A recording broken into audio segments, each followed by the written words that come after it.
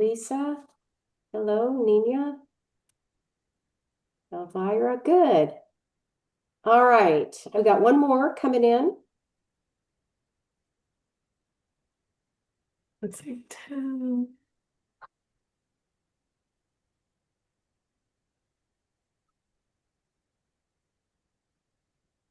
Sio, okay. I think We're good. All right, I'm going to get us started. If we have someone coming in, we'll get them in. For those of you who did miss last time, I'm Carol Seymour, founder of Signature Leaders. Charlotte is here to assist me. Normally, Samantha Kaplan is our program director. She happens to be on her honeymoon.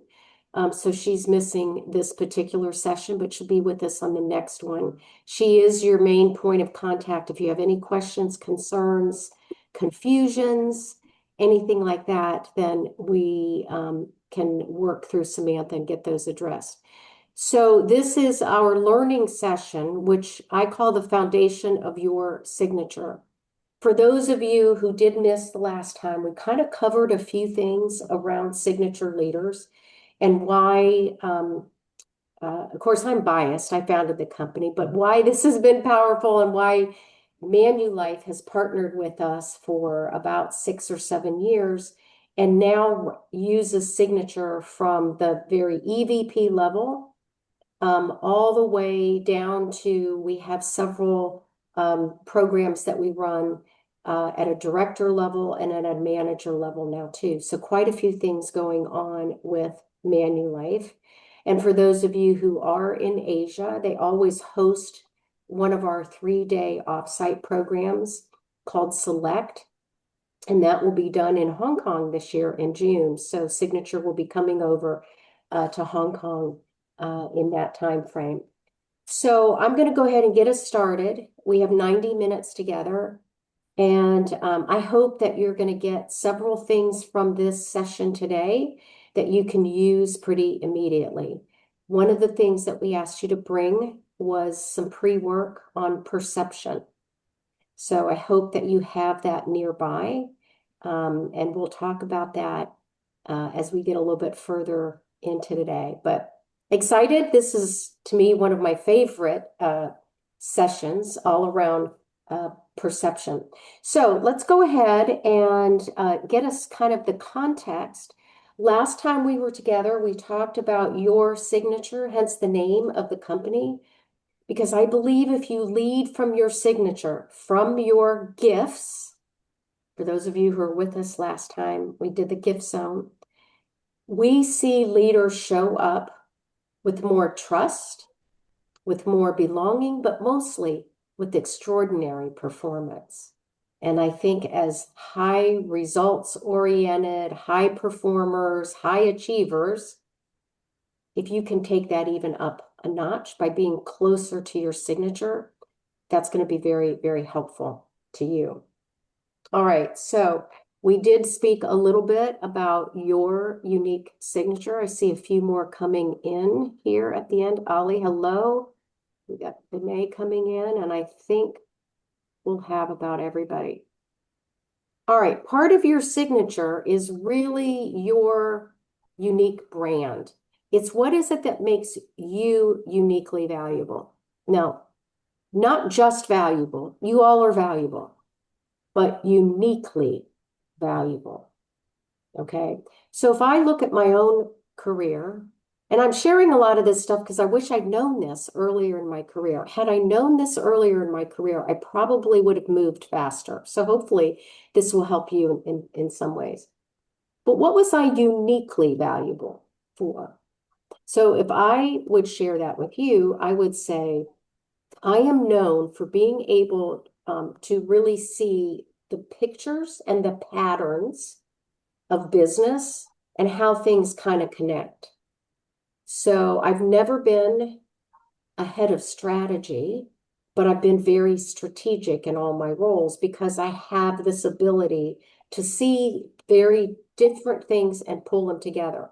I didn't know that was something I had unique value with until I kept hearing from people, how did you come up with that? How did you do that? Why did you see that making sense?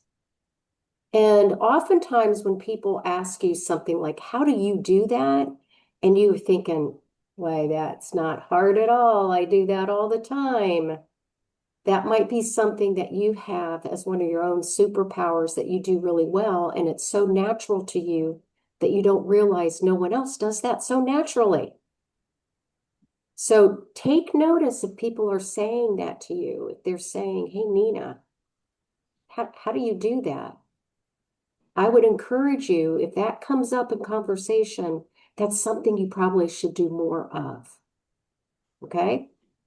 All right. It also is a way to have others receive a benefit for knowing you. So your unique signature delivers something to other people. And oftentimes it's in the emotional connection when that happens. So that's what your unique signature will do. We have a framework, a leadership framework. You know, everybody in HR has frameworks and you have leadership maps, and we know what's on your competency maps and everything. But I try to simplify this as a transition roadmap. Everything we do in Signature is all about who you are. It's not your role. I don't care if you're the VP of Strategic Development or the Senior Director of Finance. I want to know who you are. And then it's how you show up in your environment and as an individual leader, and then how you relate to others. And I would share with you that the simplicity of this goes with you no matter what transition you're in, whether you're transitioning into a new role, whether you're transitioning into a team, a company, or the company is transitioning. Maybe a big merger, maybe the CEO has changed, the leadership team. You can always think about, okay, who am I? How am I showing up in this situation? And who are the people I need to relate to? And so that's a simple way to think about this.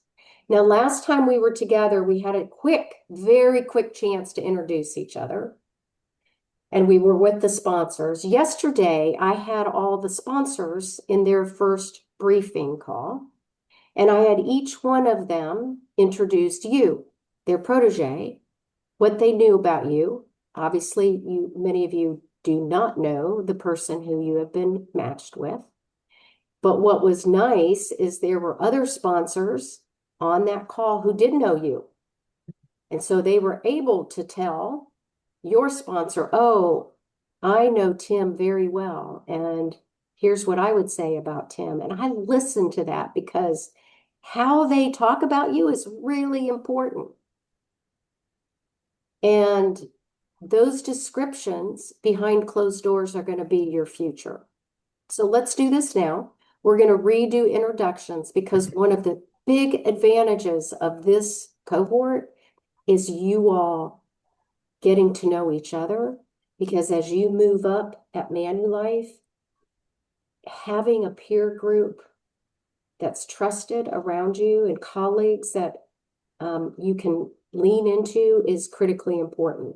So let's go ahead and get this started. You look at this first group. If you are on here, I'm going to go right around and ask you to introduce yourself and then how well you know your advisor, your sponsor, and if you have met your sponsor or not yet.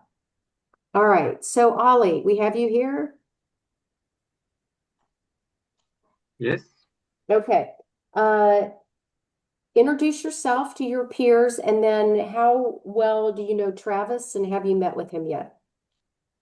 Hello, so I'm Ali El-Karoui. I'm the delivery ops lead for Western Europe. Yes, I met Travis last time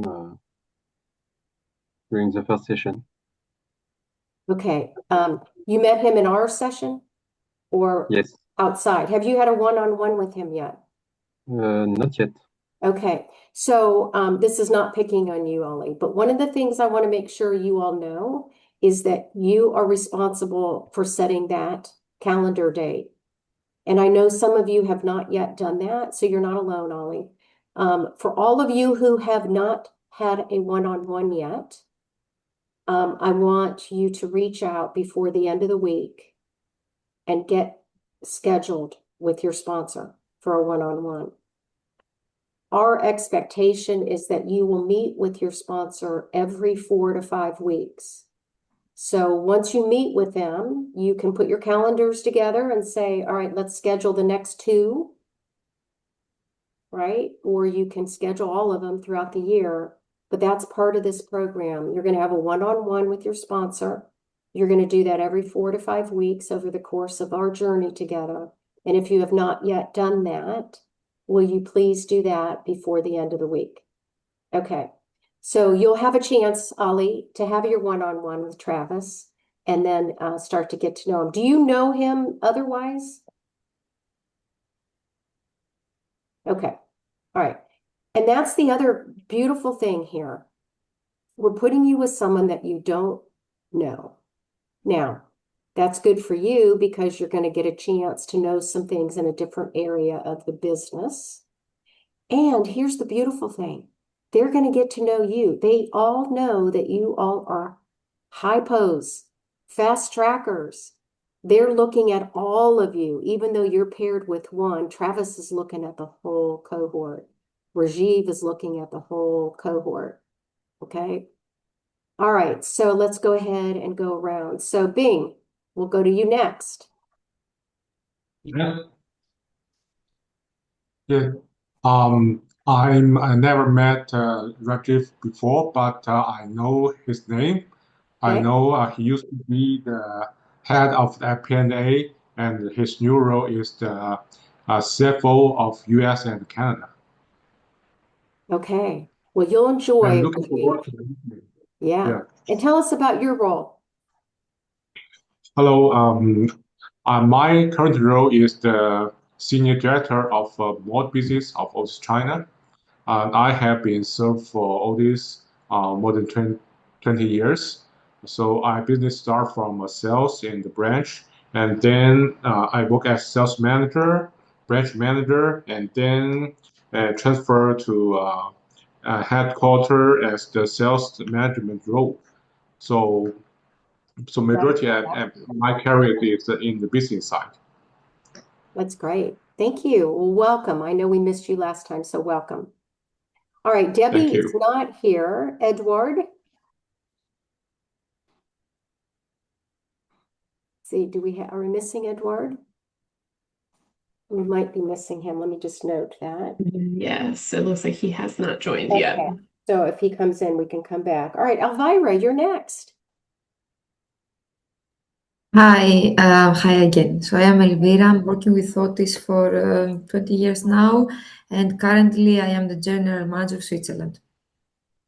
All And right. I know a bit Chris, just a bit. We worked last year together, but not really that much. In preparation of this meeting yesterday, I have arranged my monthly one-to-one with him. So I have sent him a monthly cadence for meetings. So I should be meeting him first time the first week of March. Great. Thank you. All right, Juicy. Am I pronouncing that right? Yeah, I'm there. Okay, I'm Giusy Petillo from Italy. I'm actually the operating area lead for CEAM 100%. CEAM is the second brand of Otis in Italy. And I'm working for the company since 23 years now. And I have the opportunity to meet my sponsor, Marcus. We had a one-to-one meeting 2 weeks ago. And we had really a good conversation about us, about our life, professional and personal as well. And also we shared some, ideas about business, how is going business in the US, how is going in Italy. And we are planning to arrange the next meetings as well. And so Great. Now, I will tell you, he told us yesterday that you're in Italy and that you weren't a fan of the Winter Olympics. And I'm sure we're all sitting there going, oh, Joycey's in Italy. Did you go to the Olympics? Yeah. So that's good. You got a chance to get on the personal side too. Thank you for sharing that. Okay, let's keep going here. Sorry, I messed that up.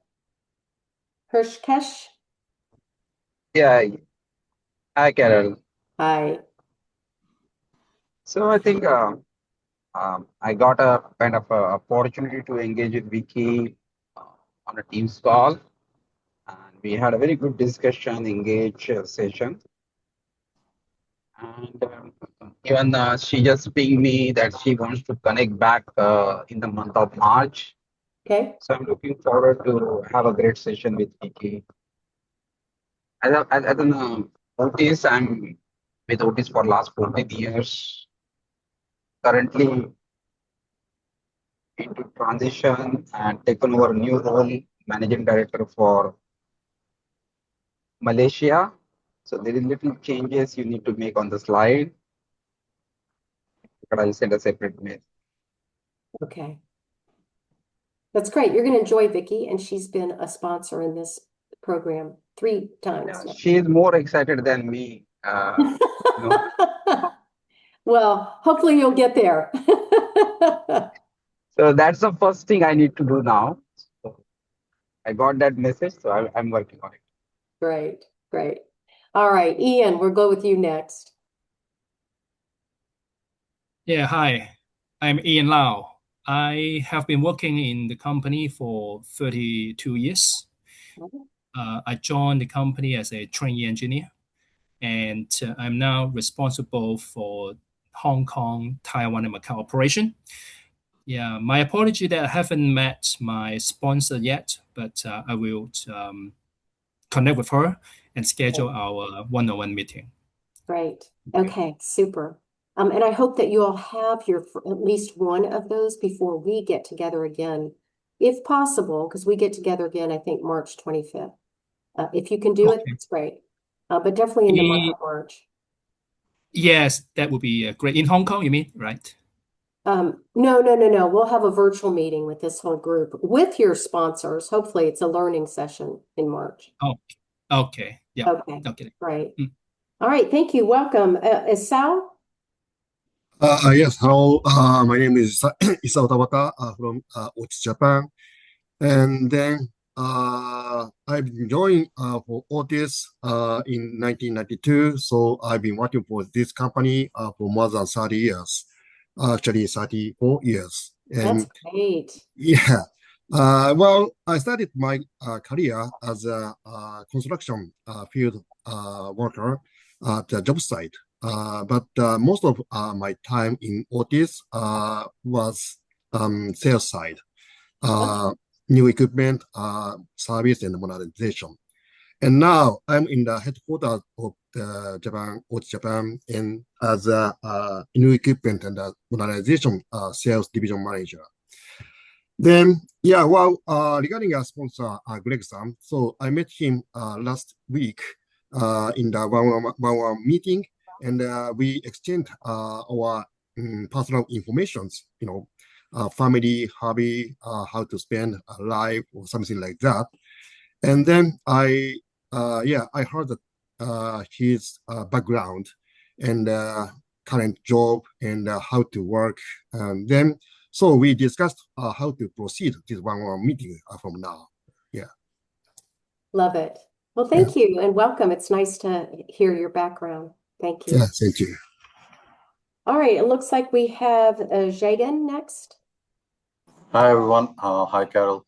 Jagan worked with the Southeast Asia team in sales and marketing. I've been Otis now 8 years. My sponsor is Patrick. I met with him a couple of times. I've worked with him for the last, 12, 14 months on and off basis. It was a very interesting conversation. I mean, the only individual I know who's managing Japan, who moved to Japan and learned Japanese, right? So he speaks to the team in Japanese, which is it's very difficult, but it shows that he put in that work to do that. That's very impressive. Cool. Very cool. No, but it was a very good conversation, and we've set up our monthly connects for the next 10 months. Great. Love it. Okay. Wonderful. Jason, welcome back. Thank you. I'm Jason Barnes. I'm currently the Vice President in the Northeast Atlantic area in the U.S. This is my 19th year with Otis. So Michael and I did connect. We kind of got to just kind of get to know each other understand each other's businesses, and we talked a little bit about some of our challenges. I didn't realize that Michael, just like Ian, or no, I'm sorry, Isao, started in the field as a mechanic, which is just incredibly impressive to see, going from entry level mechanic apprentice all the way up to senior VP of China service. So we talked about his career and his career path and how he navigated through that. It was a good conversation. Yeah, that's great. Thanks, Jason, for sharing. By the way, Carol, I'm dying. If you also recorded yesterday's presentation when they talked about us, that'd be great if you shared. Well, we do highlight it, but we'll figure that out. I think I can give you that, whatever I did here, back to you directly. We can do that. Oh, I was kind of joking, but that's fine. You don't want to know about everybody else, right? Awesome. They actually, we had people on there commenting about people who were not their proteges. So that was really helpful and it was all good. So I will tell you that much. Great. All right. So is Jordy here? I didn't see him. No, it doesn't look like Jordy joined yet. All right. So we'll skip Jordy. All right. We'll go to the next page. This is our last group. So Lisa. Hello. Yep. Enrique and I met last week. We had a really good conversation about, our backgrounds, because we both started our careers outside of Otis and then joined Otis, and we both worked in different global industries. So we had a lot of good conversation there. And then I had shared a slide I'd used in other team building things called like the personal shield. And it had on there, part of it is 3 words to describe you. And one of the words that is frequently used to describe me is positive.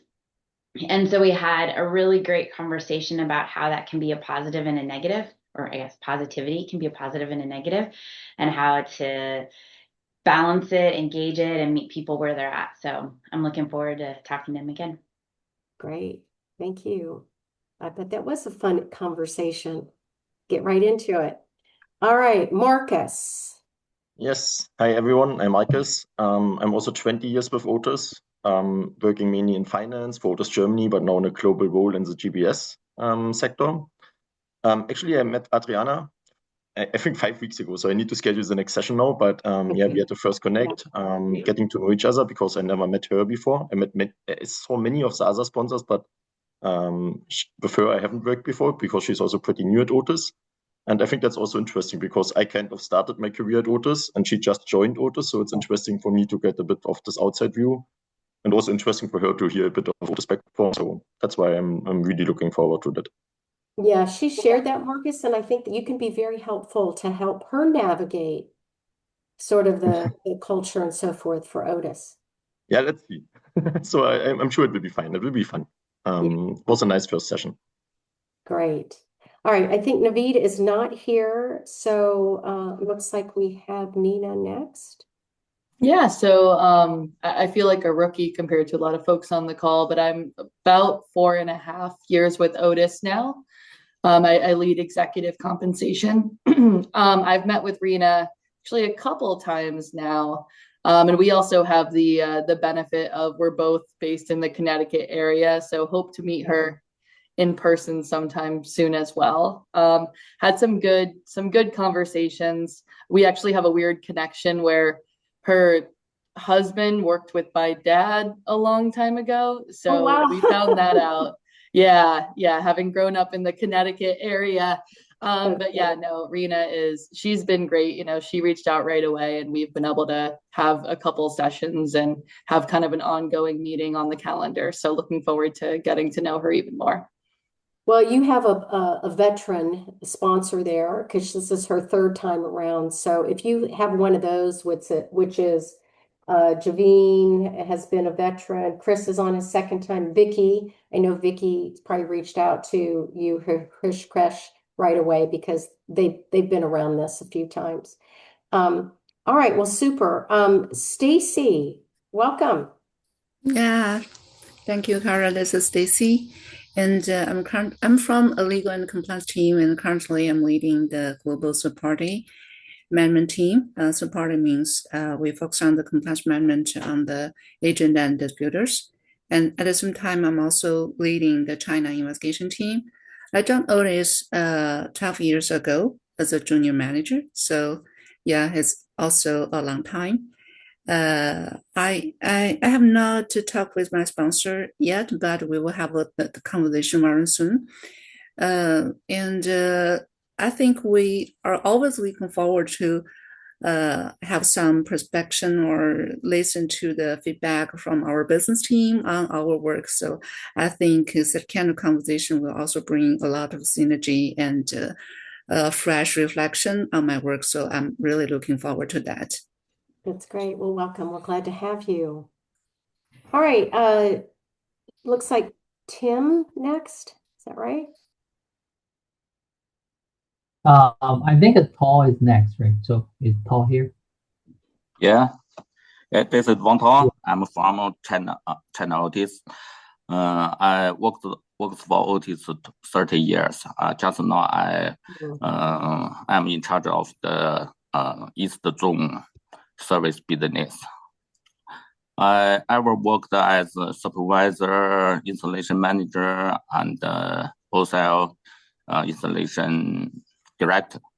So far, I haven't met with my sponsor, and I will arrange a meeting with him as soon as possible. Okay. And Mario's done this 3 times as well, Tao, so you'll enjoy getting to know him. Welcome. We're glad to have you. Thanks for the team helping out that I didn't skip you. I apologize for that. All right, Tim, now we have you. All right. All right. Thank you very much. And it's a pity that I missed our first session. And, this is a team lead. I'm working in the global product management team, serving as the vice president of product management for China and APAC. Working very closely with Travis, who is the first sponsor we showed, and he is my boss. I've been in Otis for 18 years already. So started with engineer, making electrical, mechanical elevator machines, design the second generation of Gen 2 machine about 18 years ago.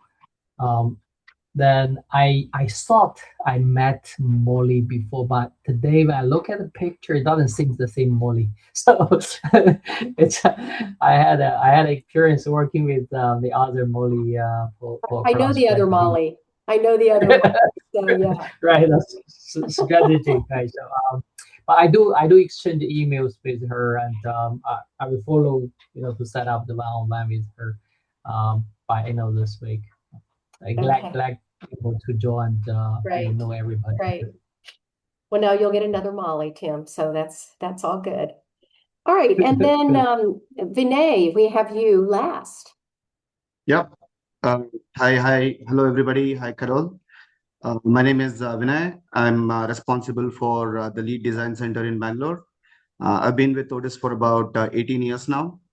I have till now not set up a meeting with Chen, but I'm traveling to China next week, so I've written to him and I'm hopeful that I can meet him in person.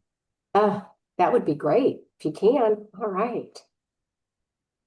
Okay, it looks like Hrishikesh got off and came back on, so he'll be coming back in.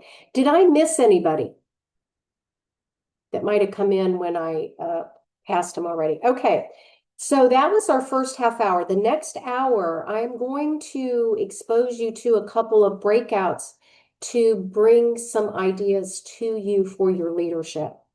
All right, so I also want to make sure as we start this journey together that you're getting some time to get to know each other through these particular exercises. So let's move on here. You saw me talk about this last time. This is not about being someone you're not. We're not trying to have you show up and be someone that isn't Jason Barnes, all right? We want Jason to be more of who he already is. And that's the point of the signature. Oftentimes you adjust because of the environment you are in, and that's great. You need to do that. But I'm going to encourage you that you bring your whole self into the role that you have at Otis because people do want to know about you personally and professionally. You have been matched with the senior sponsor who you don't know, and most of them are not in the same functional space or geographic area. And that was done by design because we don't want you to spend all your time and one-on-one on solving business problems. All right. If you're both in technology, then you're probably going to talk the talk, right? You're going to talk the work talk. We want these conversations with your senior sponsors to be much more around who you are, how you're showing up, who are the people that you can relate to, who are the people that you can get to know. And I've encouraged all of our senior sponsors to spend time making sure that they are making connections for you in other places in Otis. You have a job in that too. You need to ask sometimes. So I'll give you one example of a sponsor protege match last time. Rajiv, who is in finance, right, was paired with Jerry, who is in supply chain. Jerry had a real interest in finance and learning what finance was all about. So that's why we paired him with Rajiv. Jerry also happened to be getting his MBA in finance, but he didn't know if that was something he wanted to functionally go in. So what Rajiv was able to do was, I'm going to say demystify finance a little bit and get him exposed to people on his team so Jerry could see different ways that finance is handled in different functions, and then get him introduced to other people. And that allowed Jerry to really see what was involved in being a leader in finance. Through that, Rajiv wants Jerry on his team. That hasn't happened quite yet, but that is something that also could happen. This is a story that I always love to tell. Q Delara came through my very first program in 2013. At the time, she was a VP, and she did the work that you all are doing now, the gift zone, the perception audit. And when she came out, she said, now listen, she was already a pretty significant leader at TE Connectivity at the time. And at the end of that 3 days, I asked her what was the value that she got from this. And she said, Carol's signature was a personal renaissance for me. It made her think about who she was and not the role that she played. And she thought about her leadership differently, approached it a little bit more personally, and she started to really rise. And now she is the EVP and president of Medtronic Diabetes, that's her fourth move since 2013. And Medtronic is spinning out this unit, and she will be the CEO. So I think there's a lot to be said about taking the time this year to really think about who you are. And that doesn't change what's at your core. You know, you did some work on that. What's at your core, that doesn't mean that's different. What I'm going to have you do is a quick little activity. We're going to put you one-on-one. Charlotte, do we have an even number? Do you know? We do. All right. So you're all going to have a person, a pair. All right. And she is going to put you into a room here shortly. But let me tell you what this is all about. We call this the red wagon exercise. So I don't know, in Asia, is this something that you find in Asia, little red wagons? Anybody help me out there? I've always wondered. What's it for? Child's toy, a wagon, they carry things in it, they'll wheel it around the community, the neighborhood, and so forth. This is something I grew up with, and I use this as a story. When I was 10 years old, I sold 1,300 boxes of Girl Scout cookies. Now, in the United States, for those of you who are located here, Girl Scouts is pretty popular. It's an organization that helps develop leaders, really. Any previous Girl Scouts in this group by chance? No? Okay. But back then you had to go out door to door in your neighborhood, knock, tell them why they should buy a box of cookies because it created the revenue and the funds for the Girl Scout group to begin to do some development activities. And they placed an order. So when the 1,300 boxes came in, I had to then go deliver them in that red wagon because my parents didn't have time to take me around to do that.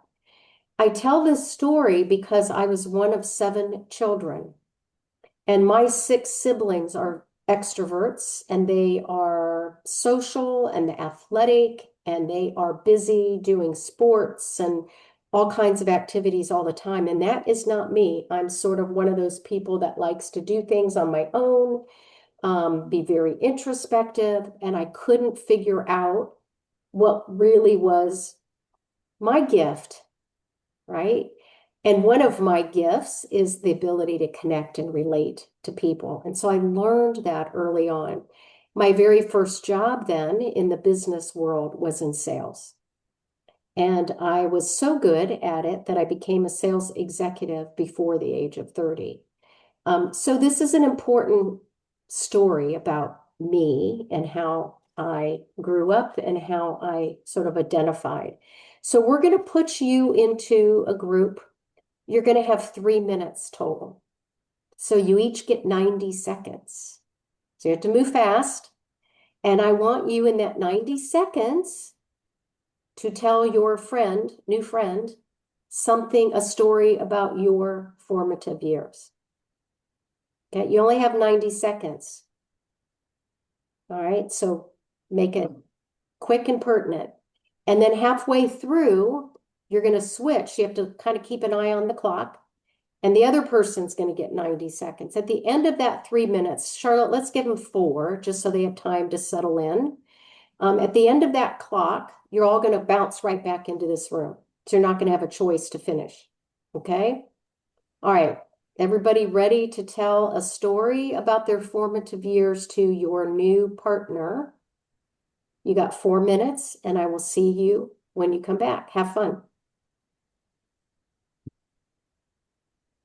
All right.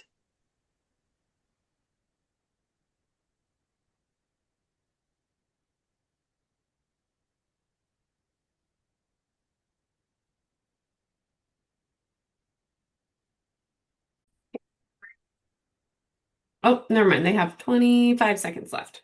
All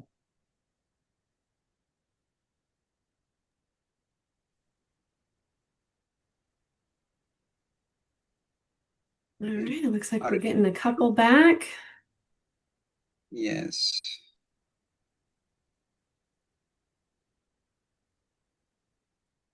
Welcome back. That was quick, wasn't it? Yep. All right, welcome back. Fast, fast, fast. Welcome back. I put you on the spot. You had to come up with a story right away. You're a high performer. You're probably sitting there going, Carol, you didn't tell us we were going to have to do this. I didn't prepare. Okay. That was meant Carol, to the be point is fast. that we started enjoying it and you brought it us back. I So know. Well, you're going to get more time again here today. So, well, actually, thank you, Elvira. So let me just ask you that. Why was it so enjoyable? well, it's nice to hear things that is not only work related, but something that is more personal, and you get to understand the personality of the people that speaks. And in any case, that creates a connection immediately because you are sharing something personal. So immediately you feel connected with that person. So Yes, thank you. Raise your hand just physically in space if it was easier to be the listener than the teller. Lisa felt that. All right. Lisa, why was it easier for you to listen than tell your story? I love hearing other people's stories. I do ask, I didn't ask any questions because we didn't have time, but I love to ask people questions and understand what makes them tick and what is important to them. So I enjoy, listening to their stories. Great. All right, let me just open it up. Anybody else want to share a thought about that particular exercise I just had you do? What stood out for you? Surprisingly,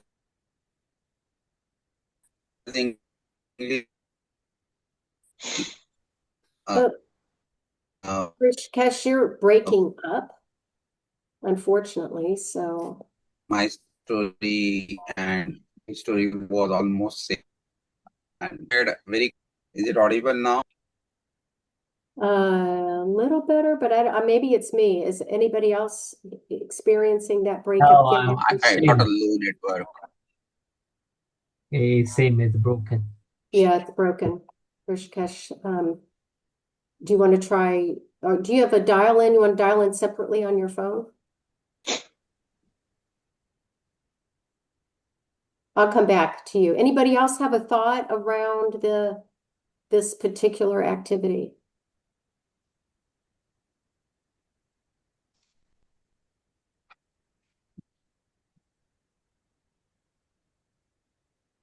All Yeah. right, well, go ahead, Sorry. Shagan, go ahead, please. Yeah, sorry.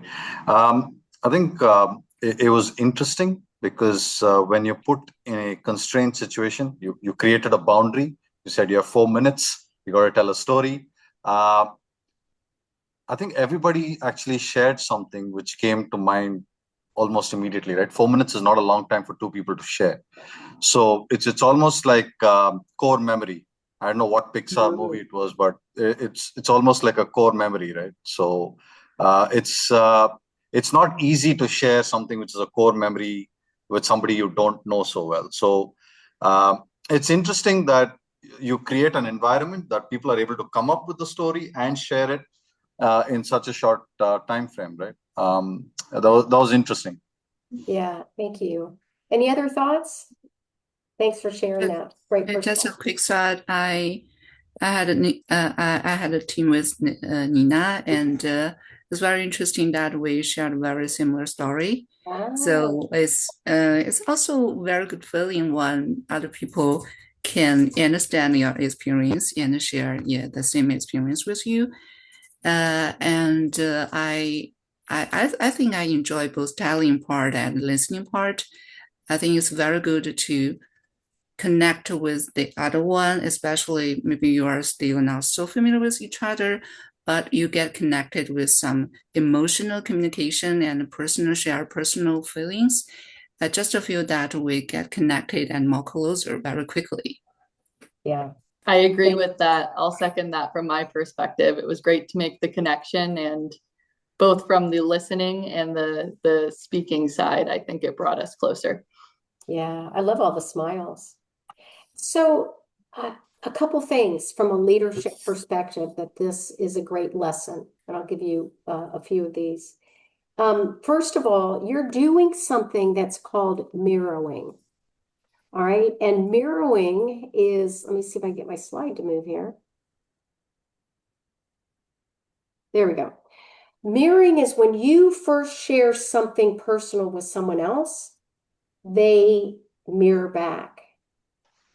All right, so it seems intuitive, but when you are in a point where you really need to build a relationship with something, sharing something personal, even vulnerable, is a way to get someone else to open up. Now, you all only had a very short period of time, but the research will tell you it only takes 90 seconds to begin to build a trusted relationship. If you can find something to connect with, even if you both have a cat, okay? So it doesn't take much to make a connection with someone else, and you already start to build a foundation of trust. And trust is built on 100,000 different small things. So this is a great leadership component. I'm going to tell you a story of how someone who was an SVP in Merck Pharmaceutical who went through my program then used the red wagon story in a situation because I thought it was extremely powerful. So here's what happened to her. She had a colleague. They were on the same team and they butted heads. They didn't see eye to eye and they always had conflict. And it was very exasperating to her because she tried. She tried to figure out a way to connect with him. So she decides to do a red wagon story. Now, he doesn't know it's a red wagon story, right? They just happen to be in proximity and she shares something personal about herself, very open, somewhat vulnerable.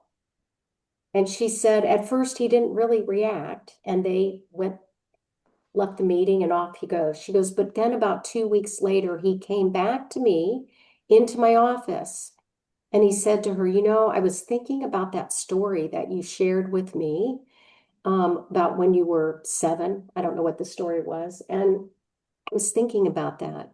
And then all of a sudden he told his story. Now he mirrored 2 weeks later, but he still mirrored. And that was many months ago. And now they're very well connected and collaborative and have built a really good relationship. So something as simple as this is a pretty powerful leadership component. And I think you all will experience that with your sponsors. So it's okay to be the first one to show up and share something personal and open, because they will likely mirror back. Okay.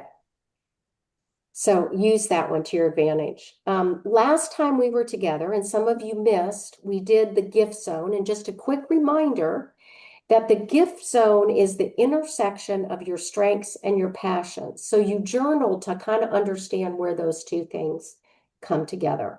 You have a lot of strengths, folks. Some of them you may not use anymore. Some you have naturally and some you build over time.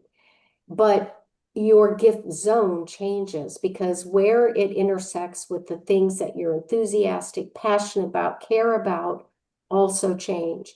The beauty of working with a sponsor is to share what your gift zone is, and they know you've done this activity.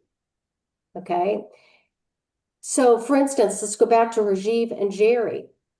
Jerry was able to share with Rajiv, and Rajiv didn't know he was getting his MBA in finance. I am super passionate about finance, so passionate, I'm getting my MBA in it. And Rajiv now knows an area that he has passion about, he doesn't know anything about, but now he can guide him to gain more experience and exposure. Years ago, I had a VP of finance in my program. She was in a retail organization, big grocery retail. And her CFO, her boss, moved into a different location in the company. And she and 2 other VPs were asked to interview for his position. And she called me concerned. And I said, why are you concerned? That's such an honor.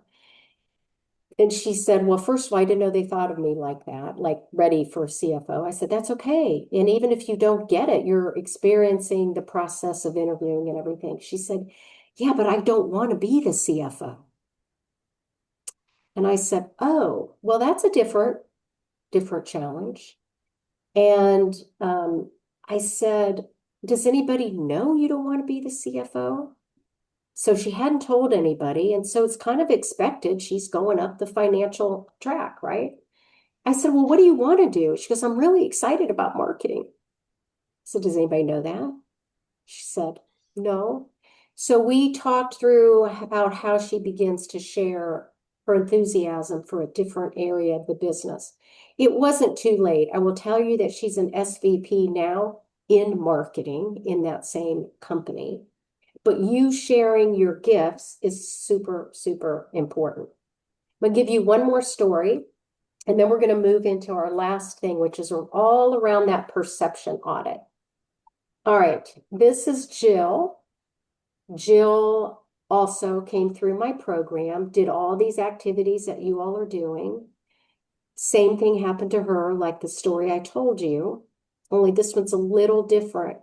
She was being interviewed for a bigger role. It was doing the same thing she's doing, but just a bigger business. She goes, I'm just not excited about it. I could do it, but I'm not excited about it. I said, what are you excited about? She goes, I know after doing my gift zone work that I'm really excited about innovation. I think about some of the services. She was in a reinsurance company. I think about some of the services that we could take to the market. I think there's new revenue opportunity.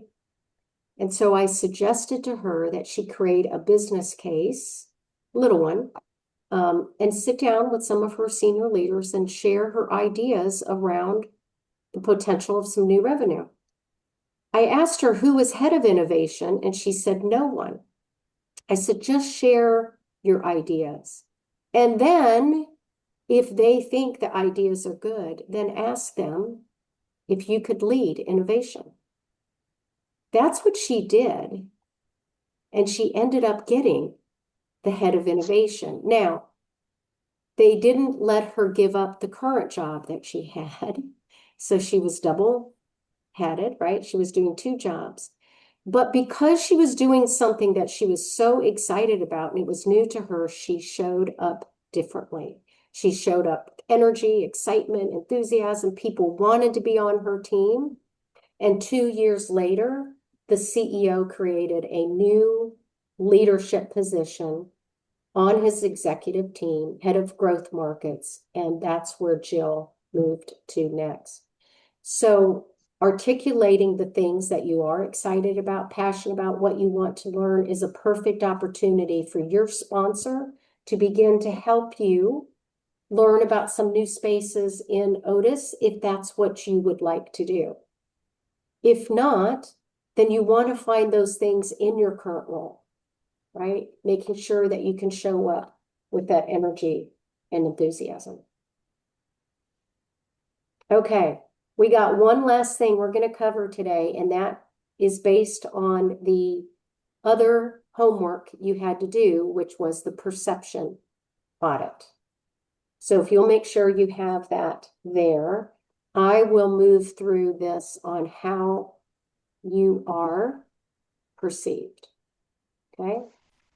Now, this can be a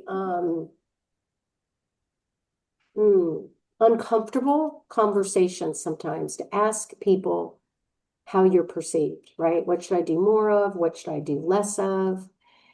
What are the things that are uniquely, up to me? I kind of feel good when someone tells me that because I don't always see those myself. Before we go into this, did anybody have some trepidation about doing this activity? And what was your experience in asking people around you these questions? Anybody care to share? I can share if that works, Carol. Okay, thank you.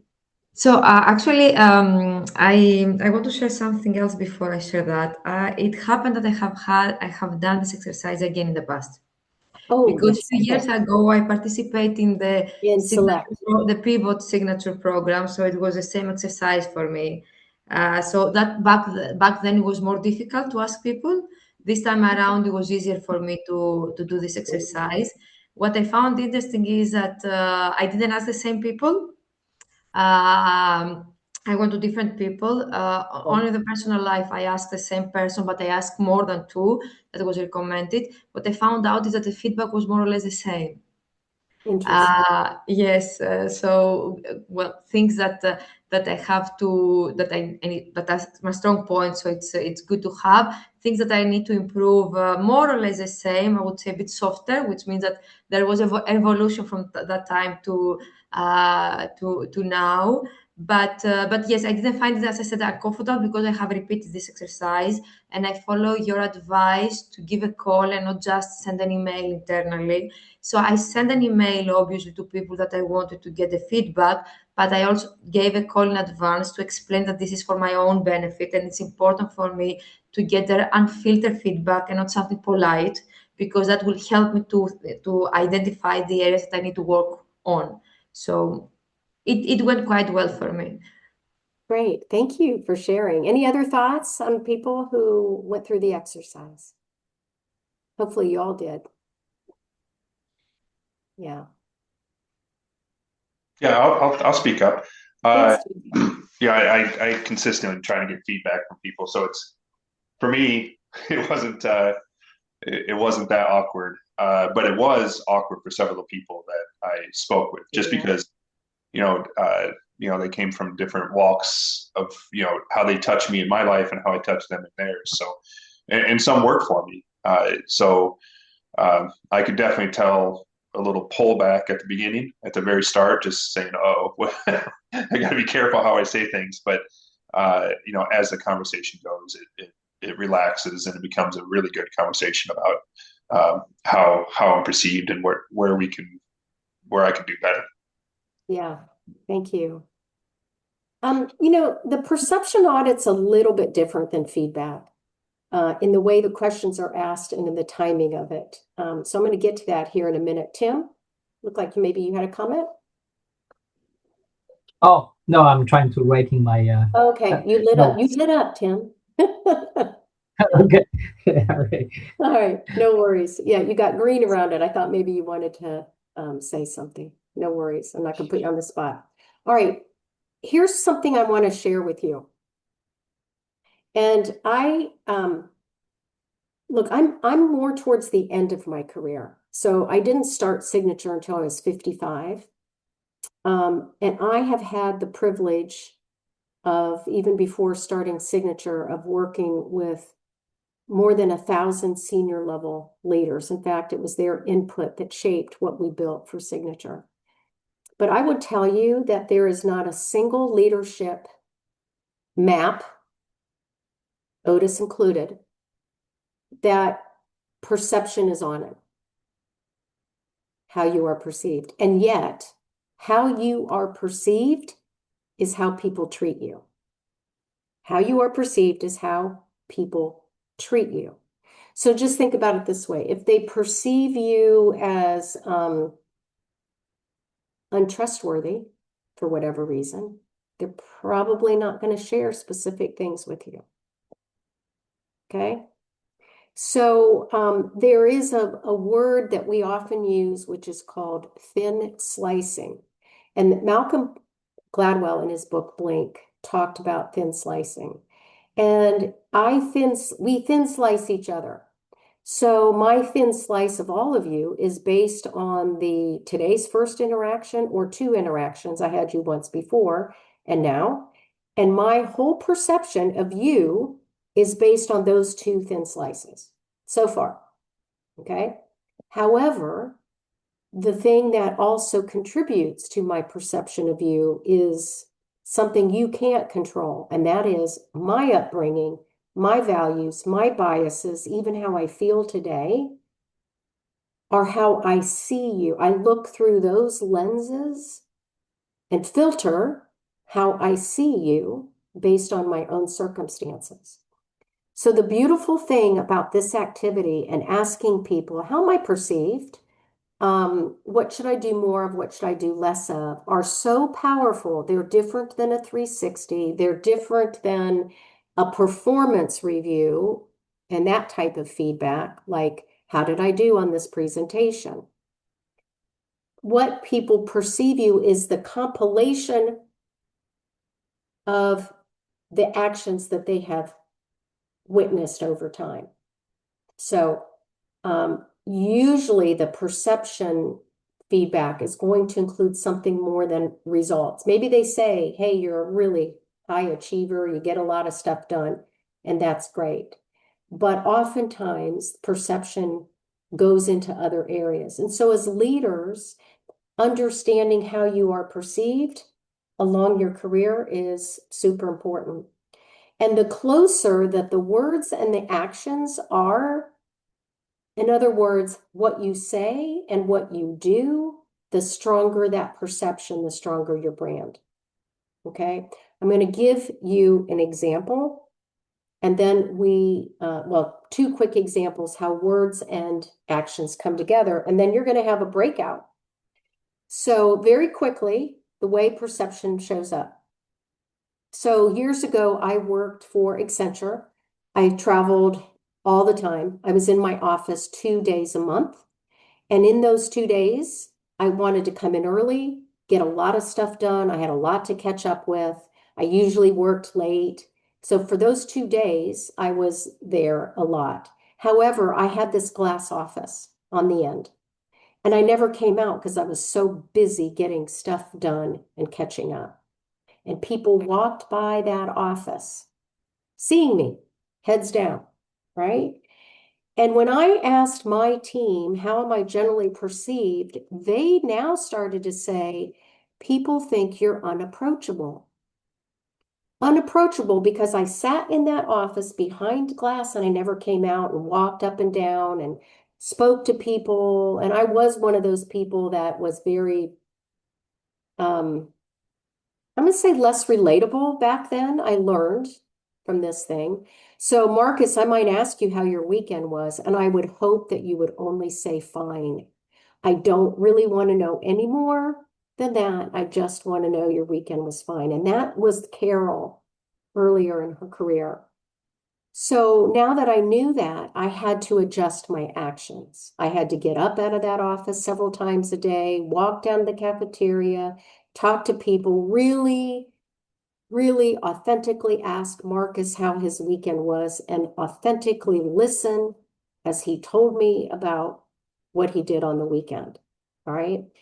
The perception, however, is because I didn't do those actions, is that I was unapproachable. How do you think people are going to treat me if they believe I am unapproachable? Marcus. They probably don't approach you, right? So they kind of ignore you and they don't ask you anything and they don't come up with whatever they need and you're kind of a bit left out of the day-to-day. Yeah, and I'm definitely not invited to Yeah. the social hours, I can tell you that. Yeah, so perception is really important, and you should ask this perception questions throughout your career. I'm going to give you one more example, and then we're going to break you out, okay?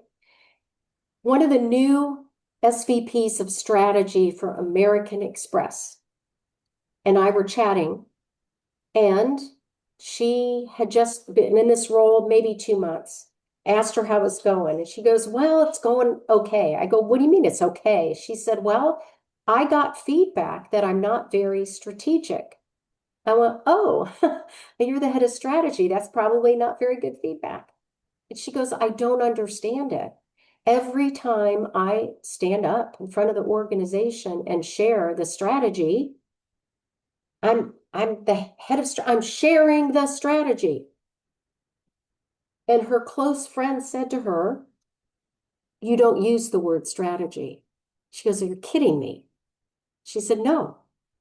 She goes, but I'm standing up and giving the strategy. Because, yeah, but you never use the word strategy in your dialogue. You don't even have the word strategy on your PowerPoint deck. I know that seems silly in some ways, but perception is that strong. Her actions and her words were not totally married together. As soon as she started saying to people, you know, I was thinking that maybe we should strategically move into this new area for the business. Using the word created that impression of strategy. All right. So it happens at the senior most levels that people put you in a box based on their interaction with you when you are so much more. All of you are so much more than that slice of perception that people have of you. But you have to own filling in those other spaces. Okay, this is the work that you did. You'll remember this, right? What are the 2 to 3 points that you see that are unique about me, that are different about me? What should I do more of? What should I do less of? And where are my blind spots? So we're going to give you a chance to share that in a group of 3 or 4. You're going to have 15 minutes, and then we're going to wrap up.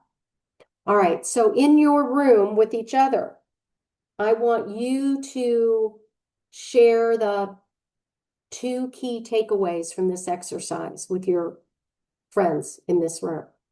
All right. 2, make sure everybody gets a chance to share, and then you can go deeper into it. If you've had a misperception, maybe your friends in this space can help you think about how to clear up that misperception. Okay? All right. This is another way to get to know each other, but a very important leadership activity. I will see you back here in 15 minutes.